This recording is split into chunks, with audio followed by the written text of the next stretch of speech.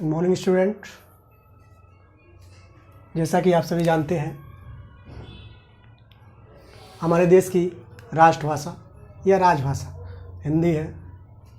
इसलिए मैं आपके लिए पहला क्लास हिंदी ही लेकर आया हूँ। इस चैप्टर का नाम होगा भाषा और लिपि, जो आपको सीटेट या बीटेट में आधार मजबूत करेगा, जिससे आप अधिक से अधिक क्वेश्चन अटैम्प्ट करें और अधिक से अधिक सही कर पाएँ, ताकि आप अच्छे से अच्छे योग्य से योग्य शिक्षक बन पाएँ। तो भाषा और लिपि को हम आज पढ़ेंगे। भाषा मानव द्वारा विचारों के आदान प्रदान के लिए जिस साधन का प्रयोग किया जाता है उसे भाषा कहा जाता है। अपने विचारों के आदान प्रदान के लिए जिस साधन का हम प्रयोग करते हैं उसे भाषा कहा जाता है। अन्य शब्दों में कह सकते हैं कि भाषा एक वैचारिक विनिमय का माध्यम है।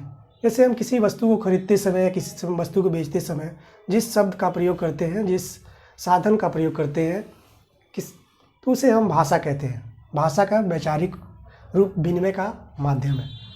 तो भाषा से ही किसी प्रकार के विनिमय को कर सकते हैं। भाषा के रूप है, विभिन्न रूप है। जैसे मुख्य रूप से 3 रूप को माना गया है। पहला मौखिक रूप, दूसरा लिखित रूप, तीसरा सांकेतिक भाषा। मौखिक भाषा में आएंगे हम।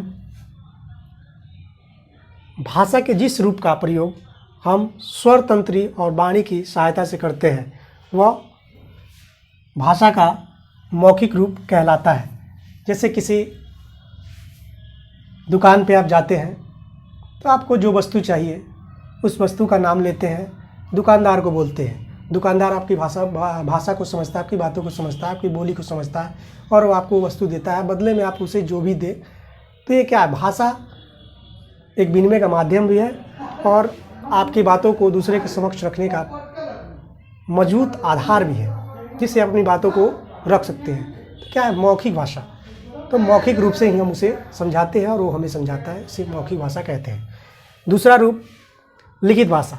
लिखित भाषा का वह रूप जिसमें विचार विनिमय के लिए हम लिखित चिन्हों या संकेतों का प्रयोग करते हैं, वह भाषा का लिखित रूप होता है या कहलाता है। जैसे आज हम किसी बातों को अगर फ़ोन से किसी मित्र को या किसी सगे संबंधी को ना समझा पाएँ तो उसे पत्र लिख के समझाते हैं, ताकि हमारी पूरी बातों को समझ पाएँ। जैसे एग्जाम्पल के तौर पे अभी किसी विधायक को किसी बात को, अपने क्षेत्र के बातों को लेकर सीएम तक पहुंचाना है, तो वो फ़ोन से बात नहीं करेगा, वो पत्र लिखेगा और पत्र के माध्यम से ही सीएम को भेजेगा और सीएम उसकी बातों को सुन पाएंगे अच्छी से और समझ पाएंगे। तो क्या है, लिखित भाषा का बहुत अपना महत्व है, जिससे कि हम अपनी सभी बातों को एक ओहदे वाले अधिकारियों को या पद को जो आसीन हो उस पर, उसको समझाया जा सकता है लिखित भाषा के दौरान।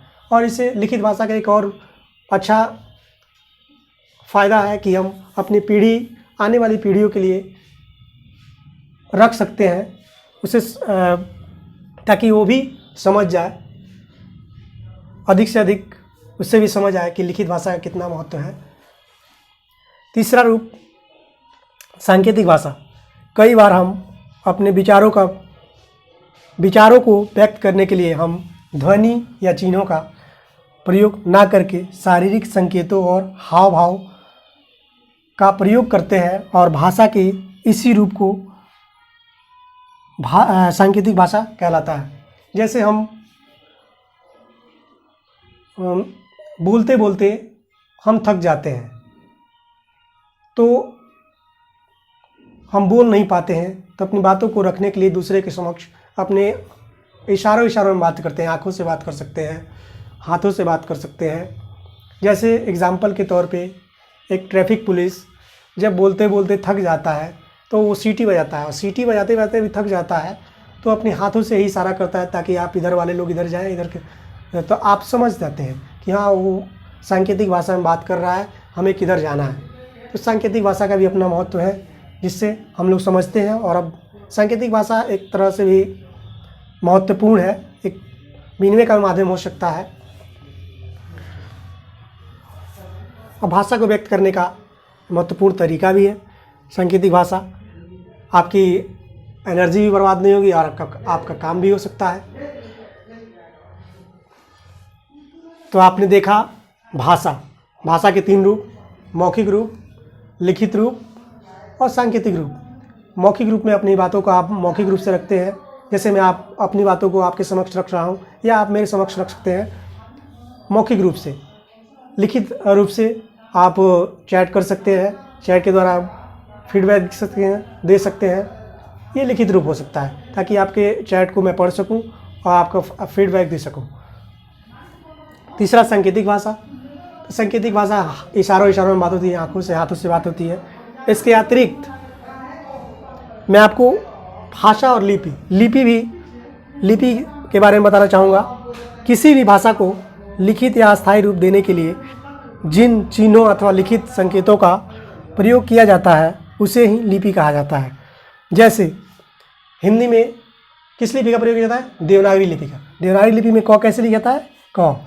पंजाबी में गुरुमुखी लिपि का प्रयोग किया जाता है, क कैसे लिखा है? ऐसे। अंग्रेजी में रोमन लिपि का प्रयोग किया जाता है, की। संस्कृत में देवनागरी लिपि का प्रयोग, की। तो इन सभी भाषाओं को लिखने के लिए कोई ना कोई लिपि है। मुख्यतः 4 प्रकार की लिपियों को हमने आपको बताया। जैसे हिंदी के लिए देवनागरी, पंजाबी के लिए गुरुमुखी और संस्कृत के लिए भी देवनागरी और इंग्लिश के लिए, अंग्रेजी के लिए रोमन। इसके अतिरिक्त हमारे विश्व में लगभग अनेकों प्रजातियां रहती हैं जिनका अपना अपना एक भाषा है, अपनी अपनी भाषा को व्यक्त करने का तरीका है। और इन लोगों की भाषाओं को हम प्रत्येक लोग बोल नहीं सकते, समझ नहीं सकते। तो लगभग हमारे धरती पे, पृथ्वी पे, हमारे विश्व में 7000 भाषाएं बोली जाती हैं। इन 7000 भाषाओं को एक संक्षिप्त रूप दिया गया है हमारे विद्वानों द्वारा, जो 12 है। तो 12 भाषाओं को 7000 भाषाओं को 12 में संक्षिप्त रूप दिया गया है। तो 12 भाषाएं कौन कौन सी हैं? तो पहली भाषा है भारोपीय, दूसरा चीनी, तीसरा सेमेटिक, चौथा हिमेटिक, पांचवा द्राविड़, छठा अमेरिकी, सातवां काकेशस, आठवां सूडानी, नौवां बुशमैन, 10वां आग्नेय, 11वां बाटू और 12वां यूराल अल्टाइक। तो ये 12 भाषाएं हैं जो 7000 भाषाओं का सम्मिलित रूप है। 7000 भाषाएं ना बोल के ये 12 भाषाएं 7000